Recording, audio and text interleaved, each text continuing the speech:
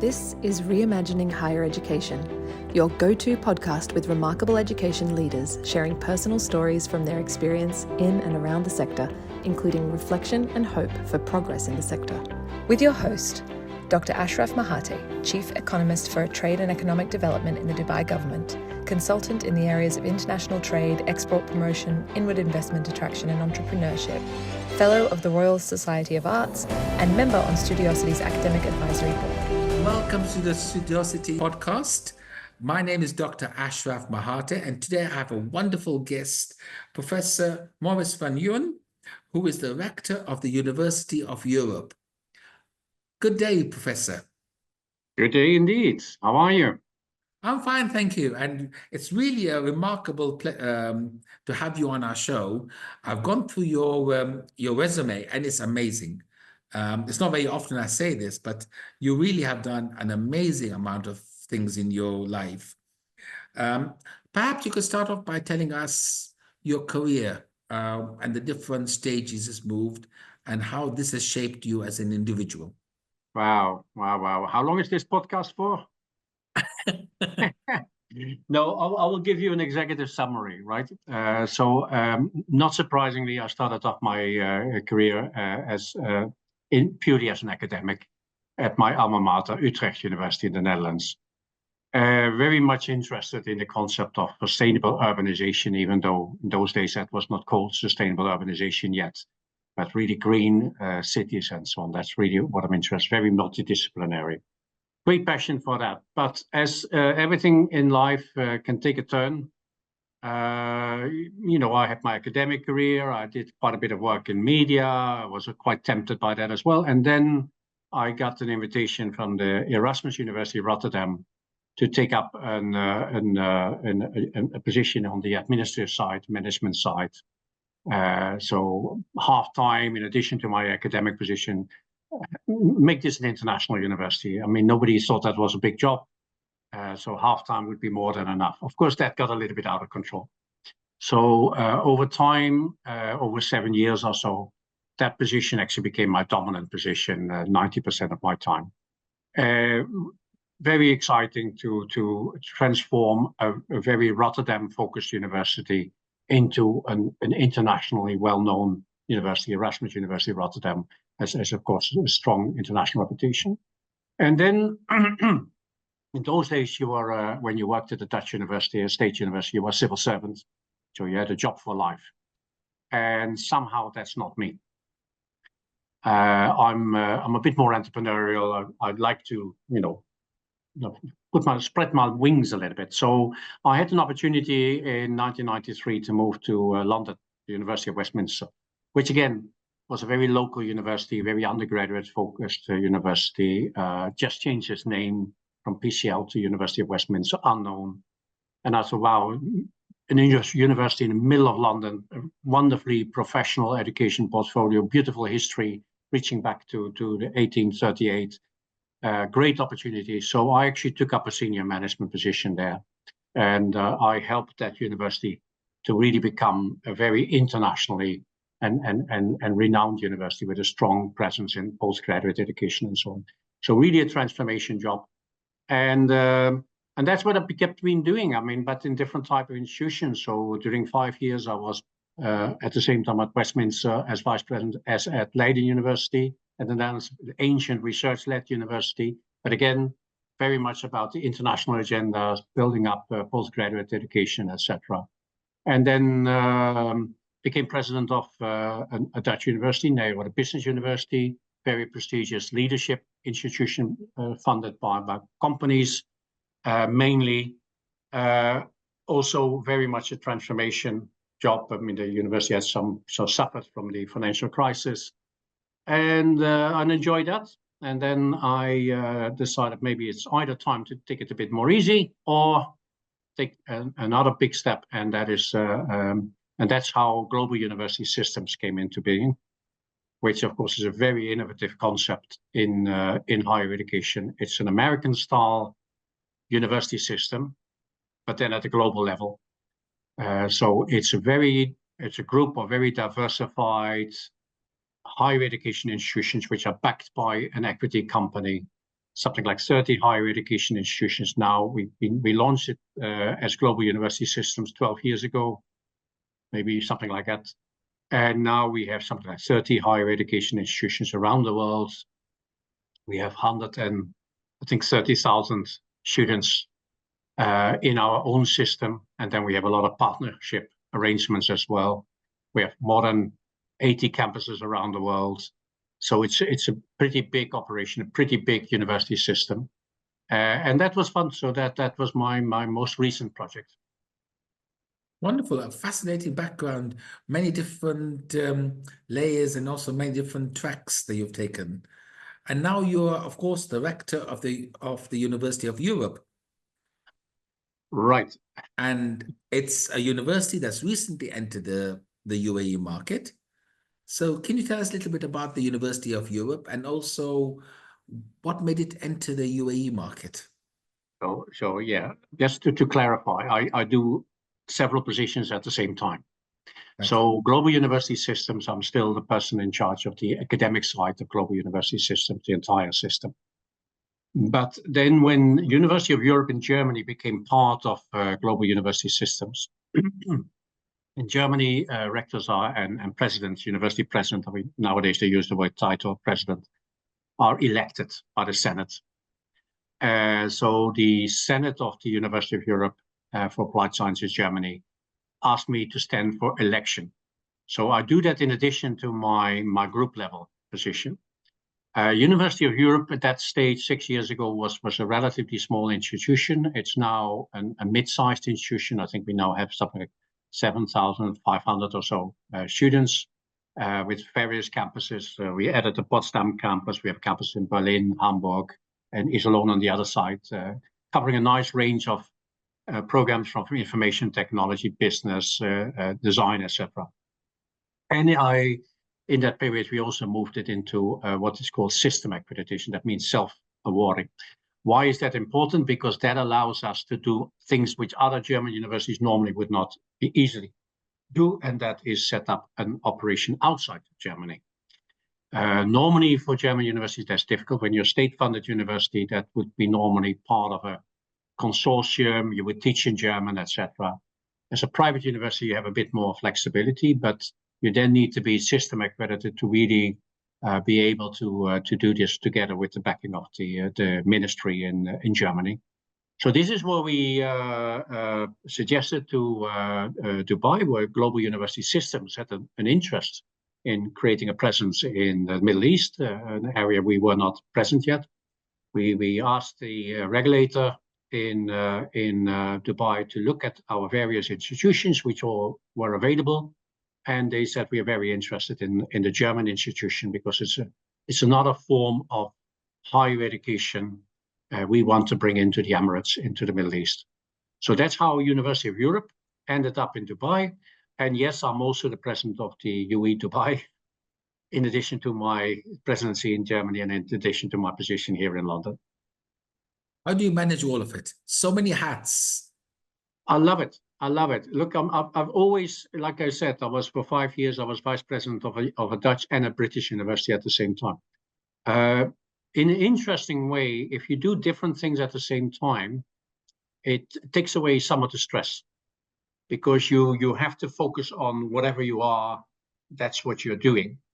And you can't focus on other things. So if you only have one job, very often, especially when it's like being president of a university, it's 7 days a week, 24 hours a day, right? It's not a 9-to-5 job.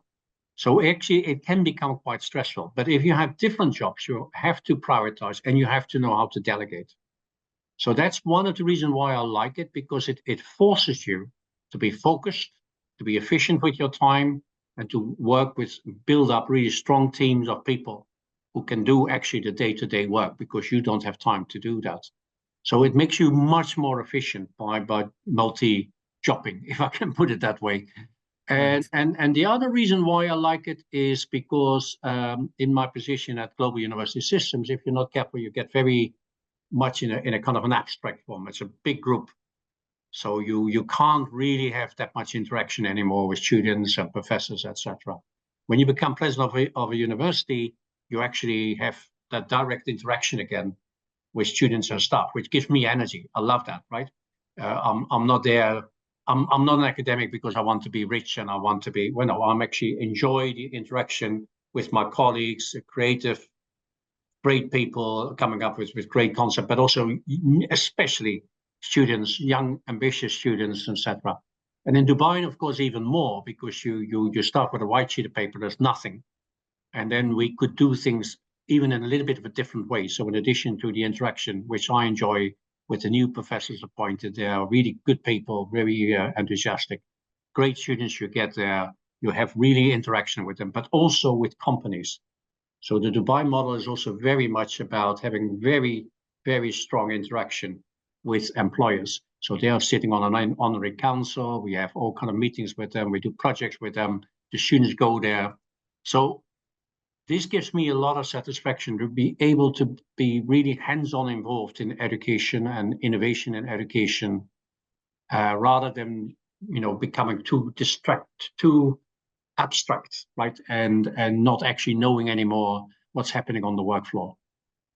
Actually, I love that idea. You talked about not being abstract. And I love the fact that you actually have an industry-based advisory board, which I think more universities should have. But also you have this interaction with industry. So you learn the theory, that you can see it applied, and then you can actually have a more holistic approach to education. How do you do that in Dubai? So I think the key thing when you work with industry is the ability to listen to industry, right? Unfortunately, universities tend to be better at teaching than at listening, at learning, right? So my interactions with companies is actually really a dialogue. So I try to work out what actually is there, what are their needs. That is very important because, of course, for our students, that's what their future is, right? They're going to get jobs there and so on. So that needs to be a match. But also, in the end of the day, the companies help me by actually explaining what their needs are so that I can help them to fulfill it. So you have a very mutual benefit. But the key part is listening first and then explaining sometimes that what they might want is not possible for whatever regulatory reasons or compliance reasons or whatever, or maybe too expensive. But it's very important for me to be in that dialogue and understand what employers need in that particular moment or what they will need in a couple of years' time. They can see already how things are moving. So having that open line of communication is for me extremely important. In the end of the day, why are we in education? It's about having impact, right? We want to have positive impacts on society and therefore also on the economy, on companies, and you need to work together on that one. At the same time, for the companies, it's very good to see education not just as a supplier of graduates, but actually feel a certain level of ownership, if I can put it that way, right? It's something I learned when I was at Nijrode University, because a lot of our funding came from companies, directly or indirectly. And you realize these companies really feel that university as their university, right?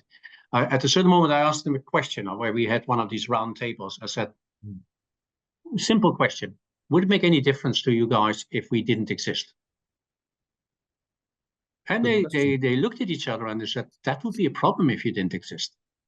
And I said, okay, now we got a proper dialogue, right? You actually have real value to them. It's not that they're doing charity work or something like that. You have real value to them. And that's where that interaction between a university, employers, companies, and up to a certain extent also governments, public sector, is so essential. That's the important thing. I mean, do you make an impact and do they miss you? But in any way, do the industry have any role or any impact on the curriculum or the way that it's taught? Yes and no. No, in the sense, of course, ultimately the university is responsible for the academic content. It's an autonomous institution. Companies are never going to tell a university what they should teach.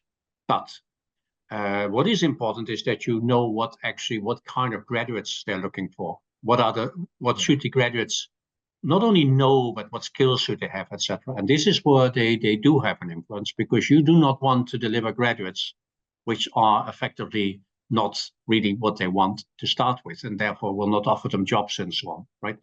So the listening of what the needs are of a company is what you want to do, not asking the company what you should be teaching on a day-to-day basis, because actually that's where you are the expert. The companies are not teaching experts. So this is where you find that, yes, there is an influence, but a positive influence, as in making sure that your curriculum is up to date, but especially that your students are really equipped for a successful career. The other thing is, I strongly believe in students not just sitting in a classroom, but actually going into companies. So quite a big percentage of the University of Europe, in particular, those students actually spend in companies for small projects, for company visits, but also for big placements. I've added it up, and it's like 20-25% of that time. Actually, they're not sitting in a classroom at all. They're actually hands-on involved in a company.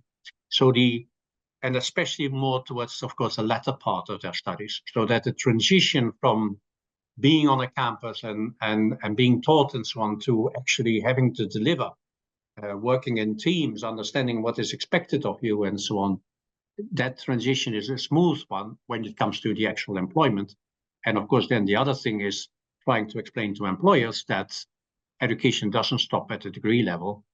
Let's talk and say what you need for your employees. Bringing continuous professional education, in my book, for university is just as essential as actually offering a degree level education. Because for companies, in a modern economy, in a modern knowledge economy, you cannot afford as a company not to invest in your staff, and the staff themselves. They make themselves redundant effectively if they don't continuously upgrade themselves with knowledge and insight. So it's what you want to do with your students, but also what you want to do later on and say, stay with us. It is lifelong learning. That's not just a nice slogan. It's actually, without lifelong learning, in the way society develops and the speed with which the society develops nowadays, you unfortunately marginalize yourself if you're not careful. You have to learn all the time. That's certainly true. I mean, I like the idea about you creating future-proof students. That's really what, university is not just about theory. All the theory is very important. It's also about imparting skills, which are lifelong skills, and that creates future-proof students. I think that's important. And I really like the idea about continuous learning, because you're right. I mean, education is not something that stops, because technology doesn't stop when you finish university, right? Well, you finish your degree, you get your certificate, you hang it on the wall. It doesn't mean that technology doesn't progress. Things don't work and new ideas are not born, and you always have to be relevant. I think that's the most important aspect for every university, is how you keep your alumni relevant, because they become your best ambassadors, right? Exactly. Absolutely right. So yes, you what you really want to install in students is learning how to learn, continue being have a passion for continuous learning, not just the knowledge and the skills, but in general also your attitude, being open-minded towards working with people who are experts in other fields, and not being defensive, understanding why you have to think in teams. Often the challenges you're being posed with, whatever the context, whether it's in a company or with a public authority, etc., are complex ones. You cannot solve that on your own. It cannot be an ego trip. All that you need to actually install in your students. Now, that's not just theory. That's not sitting and saying, this is how you do it and then explain it. I mean, you cannot explain how you need to have an entrepreneurial attitude, how you do your calculated risks and so on. No, you actually have to experience that, right? So yes, the balance between learning the theory, but actually also learning from doing it, applying it, and seeing where it goes wrong. Now, this is something which I'm passionate about. what we do at universities wrong, I think, is we put a lot of emphasis on how to be successful, how to get a high score, etc. And we forget how important it is to teach our students how to deal with situations when things don't go to plan. And I always say, in education, you need to make a distinction. Your students need to know what is good failure and what is bad failure. Right? And bad failure is when you're lazy, you haven't prepared properly, etc. But good failure is you tried, you thought it through, and it didn't work. And then you sit back and say, why didn't it work? That is good failure. And you should not be afraid of good failure. On the contrary, good failure, learning from it, explaining why it went wrong and how you learn from it, is essential in the success of life. And that is which I feel, the fear for that F word, right, in education. Fail, wow, bad.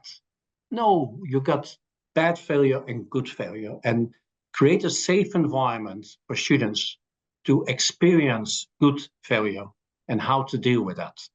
And it's something which I think is a big challenge for educational institutions, especially mass education institutions, which just need to score the students, and those are above average and below average and onwards, right? And I don't believe in that type of education, to be honest. I believe in education which is a relatively small scale, of course, easier said when you are a private sector. I appreciate that, but a relatively small scale where you allow students to experience good failure, how to deal with that, how to, when things don't go to plan, you pick yourself up and you're resilient, develop that resilience as well. You need it in life, right?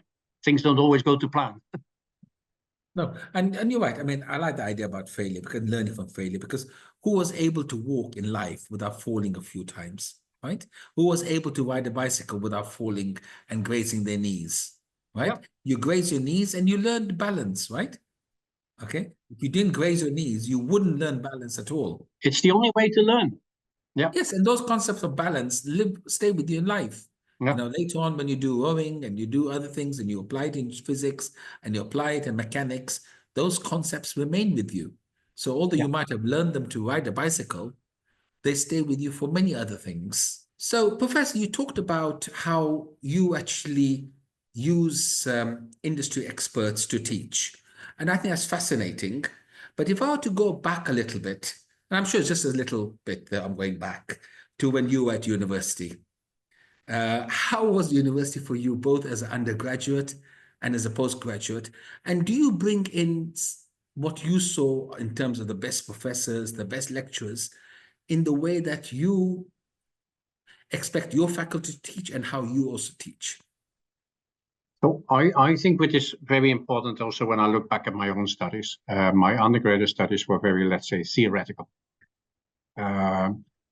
Postgraduate, I did two postgraduate degrees, but one of them actually I quite enjoyed because it was very much focused on the built environment, and it was very practical. Actually, I suddenly started understanding things about the real world, right? Even very simple things like, what do you do at the reception, right? How do you meet people at the reception? How to make a quick assessment whether someone is a time waster or actually someone who potentially is useful in a reception. Now, this is not very academic, is it? But without that knowledge, you are actually at a disadvantage in life. So when I then compare that with, let's say, my leadership university, Nijrode University, when I was president there, I learned there a lot there myself, because I actually understood what these students did in a classroom was one thing, but what actually then happened on campus with the interaction with the alumni, the interaction with all the guest speakers you just rightly mentioned, whether alumni or not, ministers, prime ministers, everybody was coming on campus and talk and have an engagement with them, and then learning how to engage with that. You actually learn how life is put together. That might be not super important when you are going for a straight, narrow academic career, where it's about publishing, coming up with great ideas, doing great research, etc. Right? That's fine. But you're talking about, maybe 1% of your students, probably not even, right? So this is not really where your focus should be. I mean, you have to do that in the neat institutions which identify people with research potential, etc. But for most people, it's also about how to be successful in your life and in your career.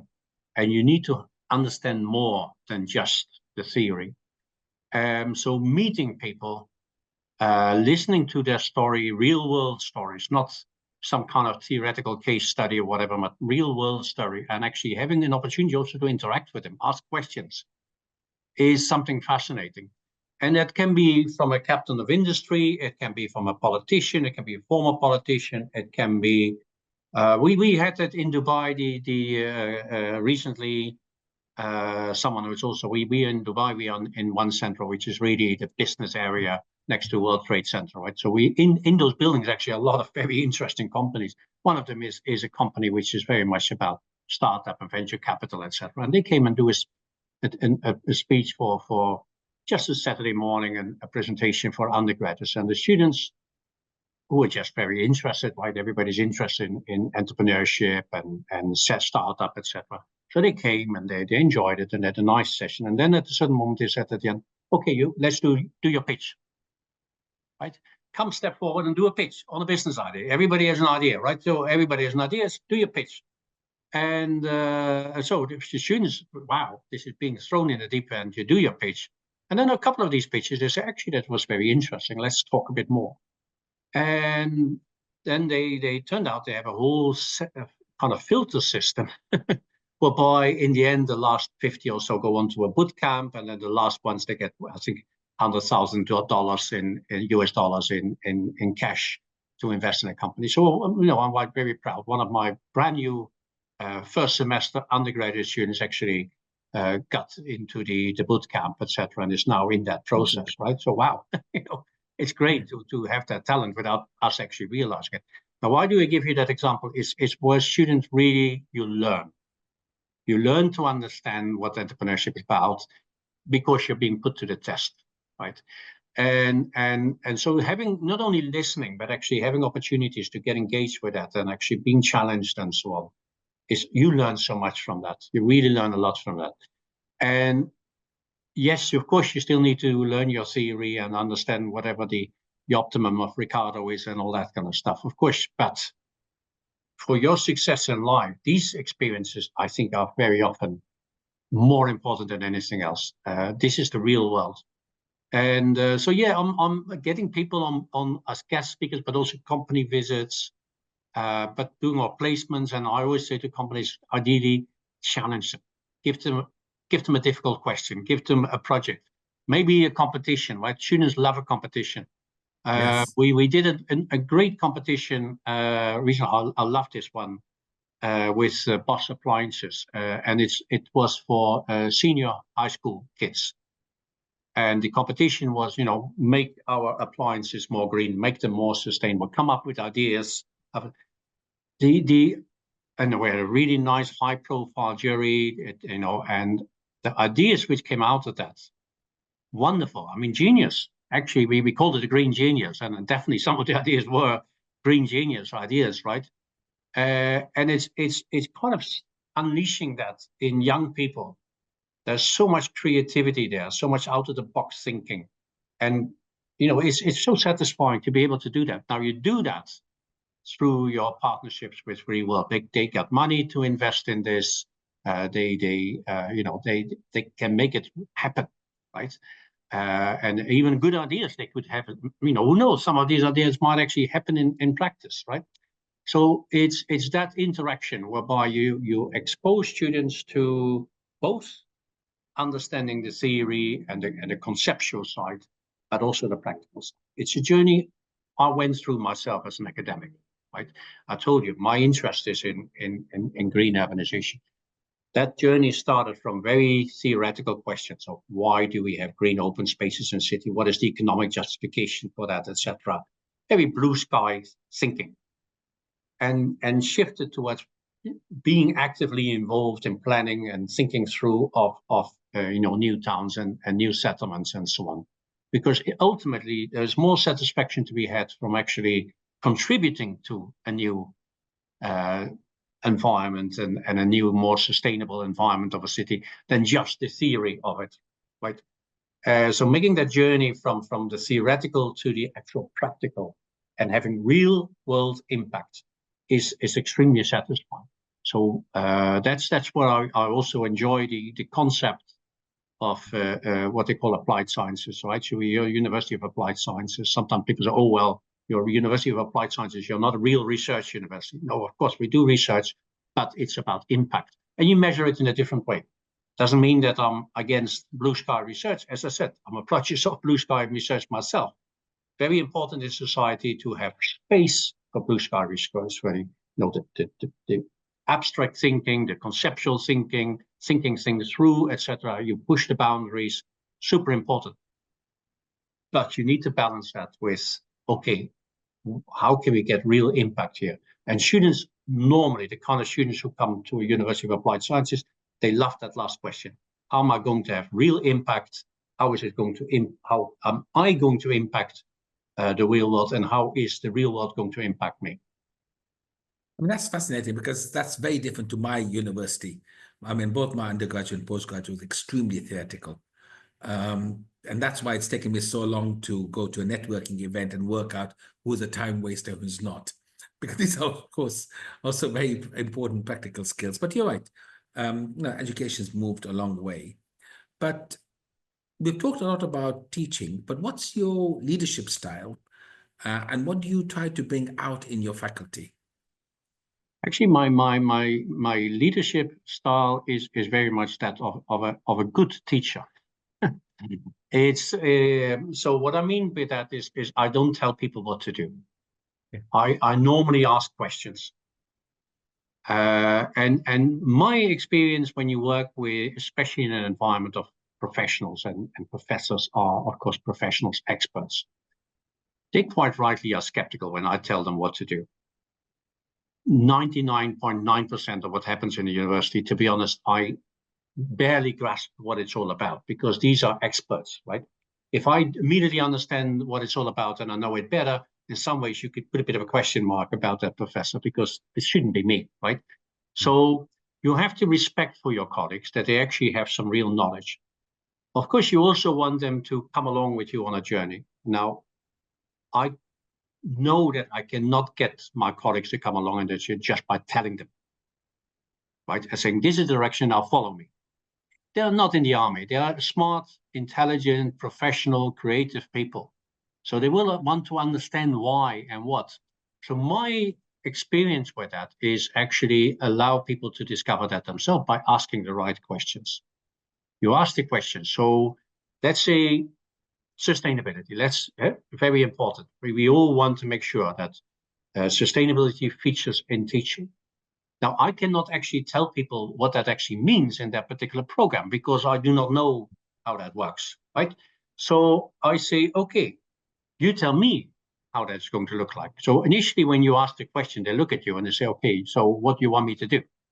I don't want you to do anything. I just want you to answer the question. How would you do it? How and then you see that intelligence and that creativity kicking in, and they actually get it, right? So they actually come up with things I would never have come up with myself. Give you a concrete example. When I was at my previous university, a large number of people at Nijrode University study accountancy, right?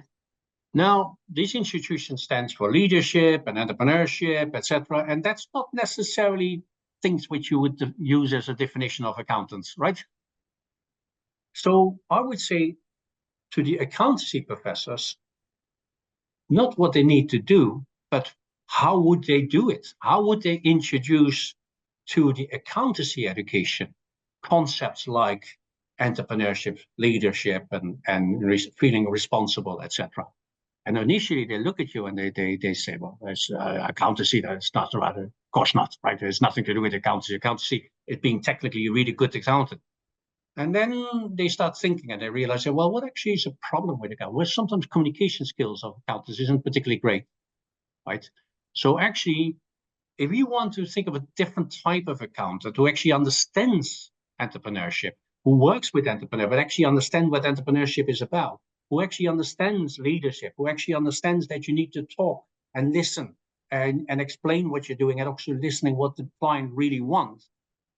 It changed the way we were teaching accountancy, right? So we would actually set up boot camps on campus where they actually would learn not just the technicalities of accountancy, but how to be successful as an accountant. And they gave that a label. They called it a robust accountant, different type of accountant. And I give you that example because I thought it was, I would not be able to do that myself, but I do know which question to ask. And then to trust my colleagues to be able to come up with answers which actually make sense from their academic fields.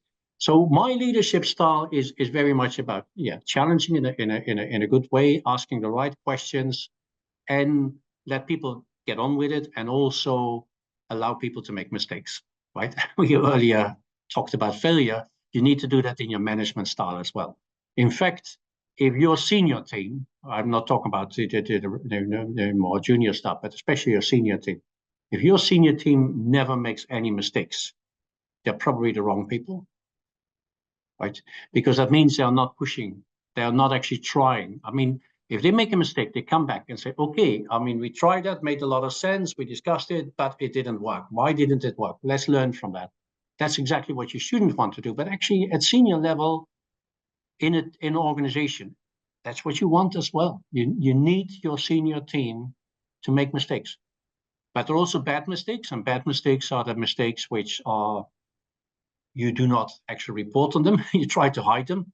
Those are bad mistakes, right?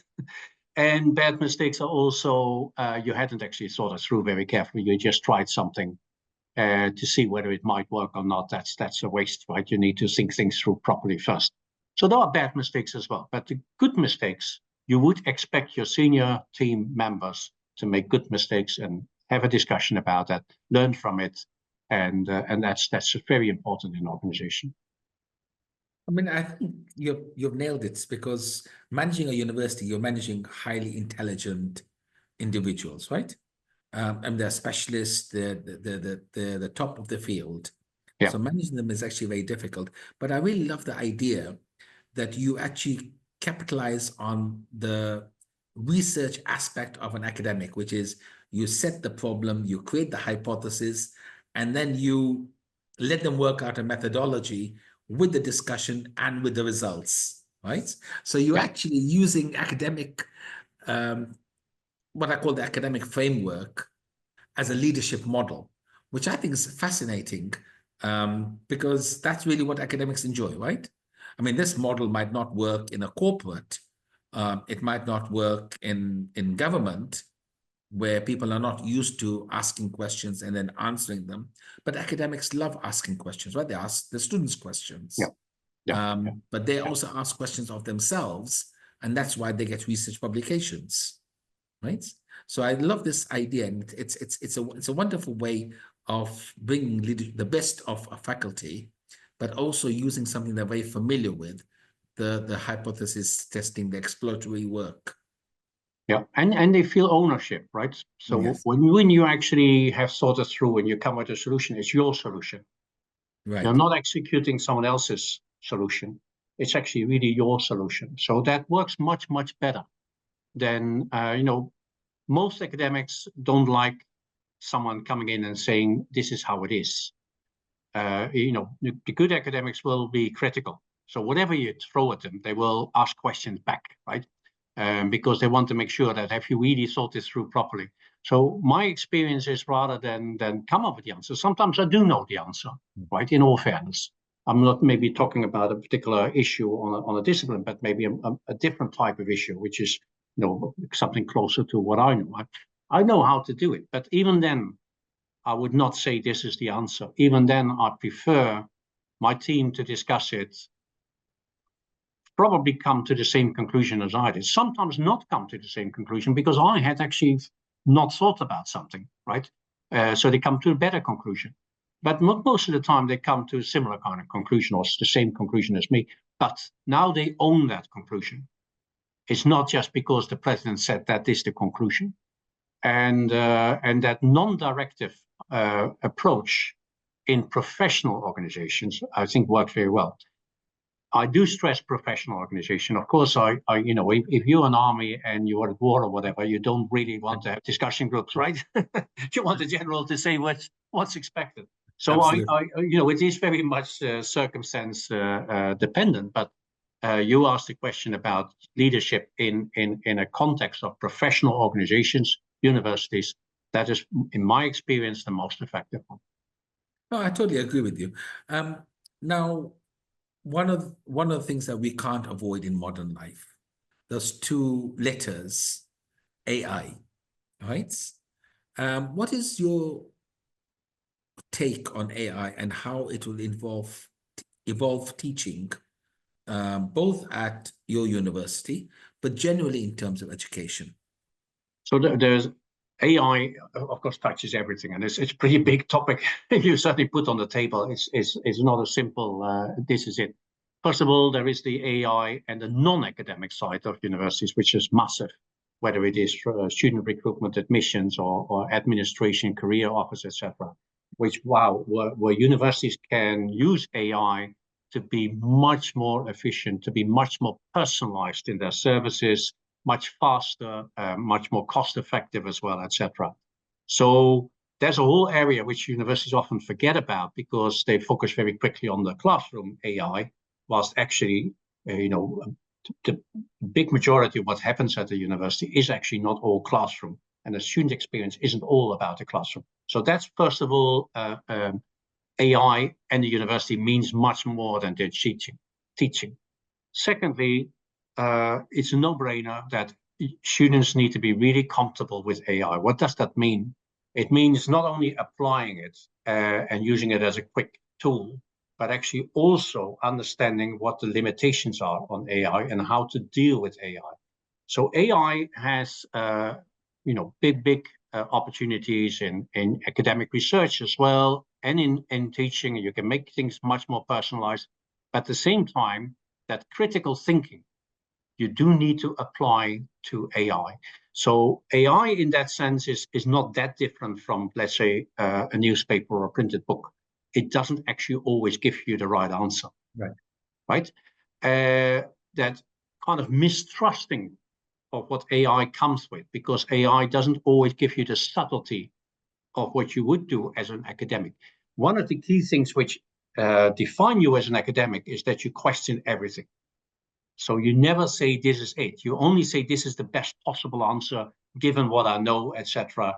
But I can never be 100% sure it's the right answer. Now, AI doesn't do that kind of subtlety. So AI sometimes comes with answers which actually aren't as solid as it sounds when you listen or hear for it. Now, for most people, they will not actually question that, etc. For when in your education, you have to teach people how to deal with AI and not automatically assume that is the right answer. Also understand how it comes to that answer. But most of all, you do need to know how to use it. That's also true for professors. And this is, of course, where the bigger challenge is for AI. It's not so much sometimes with the students, but it's actually for professors having to get used to a complete new tool and a very complicated and very wide-ranging tool, and not to be afraid of that, but actually use that to your advantage, right? So you remember the introduction of the mobile phone, right? Yeah. Wow. We banned them from the classroom. Nobody is allowed to have a mobile phone. Guys, that's not the way to deal with it. Mobile phone is part of your reality. I would not be able to do my job without a mobile phone. Most of my work is done on my mobile phone, right?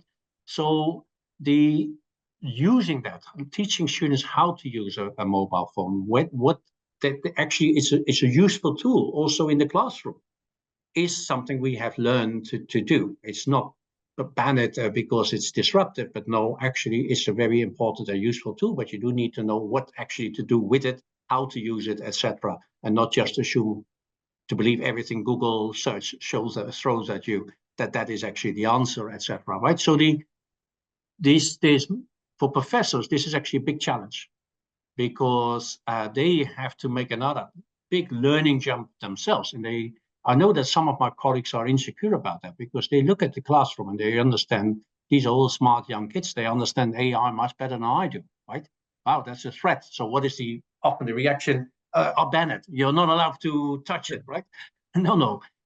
You have to learn with your students, right? Don't be afraid of the fact that sometimes students know more than you do.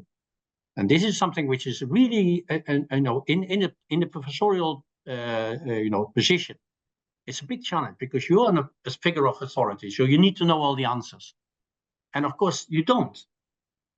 And it takes, the good professors to actually understand that that's not what teaching is about. It isn't always about giving the answers. No, it is helping your students to think and to ask questions, and sometimes to learn from your students. When I give a guest lecture, I still occasionally give a guest lecture, and a bit less nowadays because I don't have so much time for research. But I would go into a seminar somewhere in the world, all typically postgraduate students, master's students, PhD students, sitting there with experience, and I would talk about my research, and then they would ask questions, and that's fun.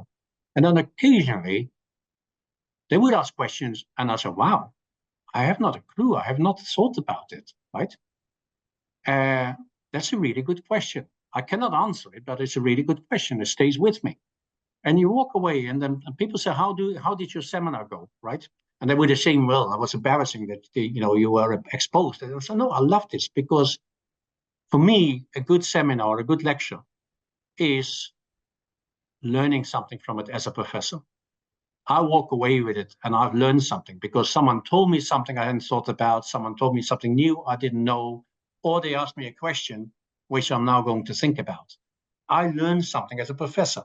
So when it comes to AI, professors also have to be comfortable to learn from their students sometimes, or to learn together. I use normally a more neutral term. I call it co-learning, right? We learn together. So, and especially in a field of technology, AI, IT in general, and so on, developments are so fast that actually all you can do is learn together and learn how to learn, rather than giving knowledge and skills, and that will be dated the moment they walk out of the classroom anyway, right? So that's not what you should do as a professor. As a professor, you should be comfortable using AI, discovering AI, exploring AI together, but also explaining, what are the limitations and why, when you are university educated, you use AI in a different way than maybe someone who is having a lower or middle level job. No, I certainly agree with you because AI is not going to go away, right? Technology is always going to be there. And I think you and I are old enough to remember, technology taking place in the 70s with the calculators and the PC. And then when the internet came along and there's this whole fear about using the internet. And I think this is a transitionary period that we're going through, where new technology comes in and the first response is always fear, right? When you get over this fear aspect, then you can actually utilize it.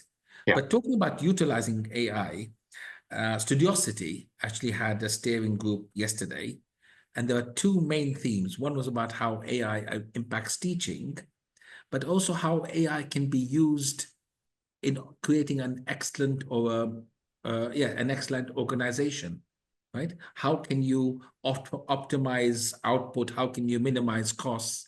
How can you create a more effective delivery system?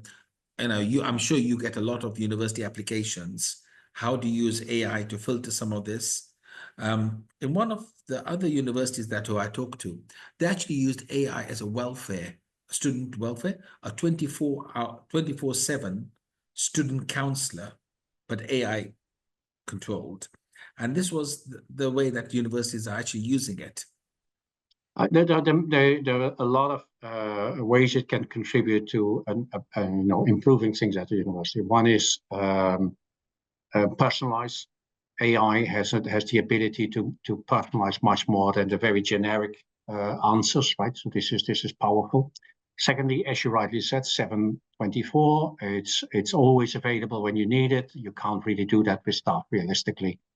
Thirdly, the cost efficiency. Universities have big ambitions, and a limited amount of resources. That's the definition. If you, as a university, say I have enough money, then you got a problem because you're not ambitious enough, right? So you have big ambitions. So if you find ways of not spending money on this without actually compromising the quality of the service or whatever it is, and you can do it better and more efficient, that means you have more money available for something else. And so that is actually very, very important. Of course, someone will say, well, wait a moment, that means it might cost people's jobs. And that is, and we should not forget the elephant in the room here, right? So AI will cost people's jobs. That is the harsh reality. There is no way around that, because in the end of the day, you cannot actually say, well, you know what, we don't do AI because we need to employ people and spend your money that way. That means you're not spending it any other way. You become like an employment agency, right? You can't do that either. And this is for everything in the big shifts in our society. There is a price to be paid. So when you have the Industrial Revolution, as you know, initially there was a big fight back, literally fighting back against Industrial Revolution, because wow, now suddenly my job is gone, right? And that's true, but you cannot stop that. You're naive if you think you can stop that. So AI will cost jobs also at universities, but at the same time, it will create new opportunities for universities, and therefore it also will create new jobs, but different jobs. And that's something we have to bear in mind, is that transition. It's not, you cannot stop these things, but what you can do is actually support the transition. And I think also universities have to think about it, right? What does this mean, not just as cost saving, but actually what gives it as new opportunities for the university? And because, as I said, we have a big list of a wish list of ambitions and so on, which need to be funded somehow. If we can do it partly with this, then that is also an exciting opportunity. No, I totally agree with you. I think that fear at the moment is all about plagiarism, but I don't think plagiarism is a new thing. When we were sitting in the libraries, we could have copied from textbooks, and when we were at the internet, we were doing cut and paste, right? So I think it's how you use AI to create a much better, enhanced student experience. I think that really is the key. And talking about student experience, what is the one thing that you would change for students to enhance their experience at university? The key thing is making students comfortable working with other students who are in other disciplines. Right? We have sometimes a bit of a tendency to lock our students up in our schools and our departments, etc. And that is actually not helpful, because in the real world, more and more, they have to think cross-discipline. I'm actually a big fan of the liberal arts and sciences methodology, but that's one way of doing it. But in general, how I do it, for instance, in Dubai, is actually I bring students in the data sciences, let's say, together with business students, with the design students, and so on. So to bring the creative with the more technology focus, with the more commercial focus, and actually get them to understand each other, be comfortable with each other. But if you don't do that, they have all kind of prejudices. These artists, difficult people, kind of keep them in the art school, and the commercial guys with the shoots, etc., and the skirts and whatever. And you got the nerds behind the computer, and you got all these prejudices. But actually, success depends on these different type of personalities to work together, to respect each other, but also to actually understand each other. Where are they coming from?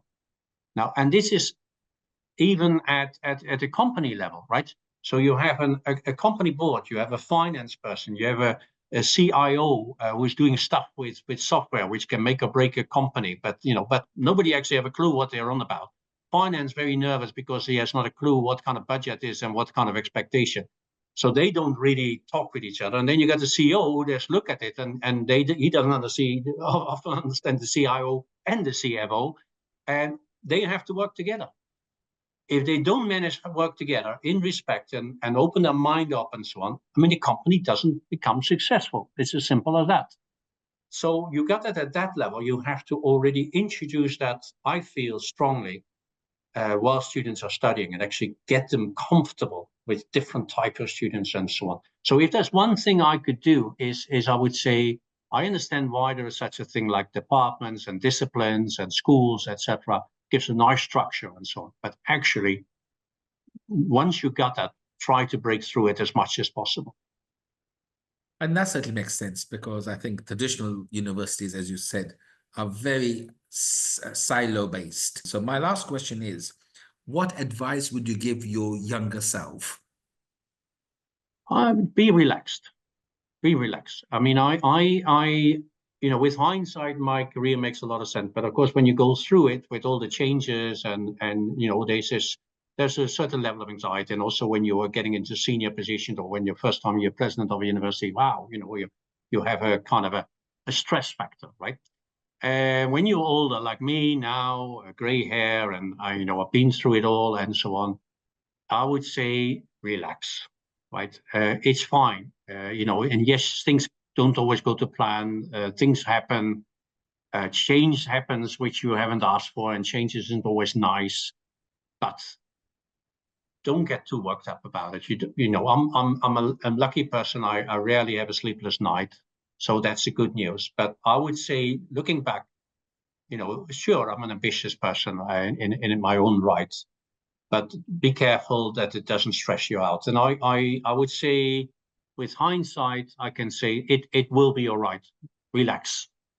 And that's my advice to my younger self is sometimes I felt, wow, I did so much stuff, and I really pushed myself, which is not bad, but actually sometimes you don't need to do that. It will be all right. Things work out all right, and things happen when the time is right for it, and it doesn't happen when the time is not right for it.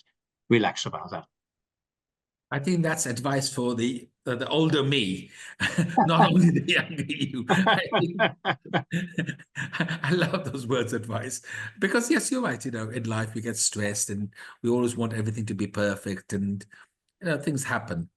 Professor, it's been an amazing session. I wish we could go on, but it's been really fascinating, and thank you for being on with me today. I've learned quite a lot. I've learned quite a lot about your university, about you personally, and also what drives you as an academic and as a university leader. Ashraf, it was a pleasure. And the good news is, I'm sure you and I will meet again, Yes. And we'll be able to continue this conversation. You have been listening to Studiosity's podcast, Reimagining Higher Education, candid conversations within higher education, sharing stories of leadership, change, and best practice in teaching and learning. Visit studiosity.com.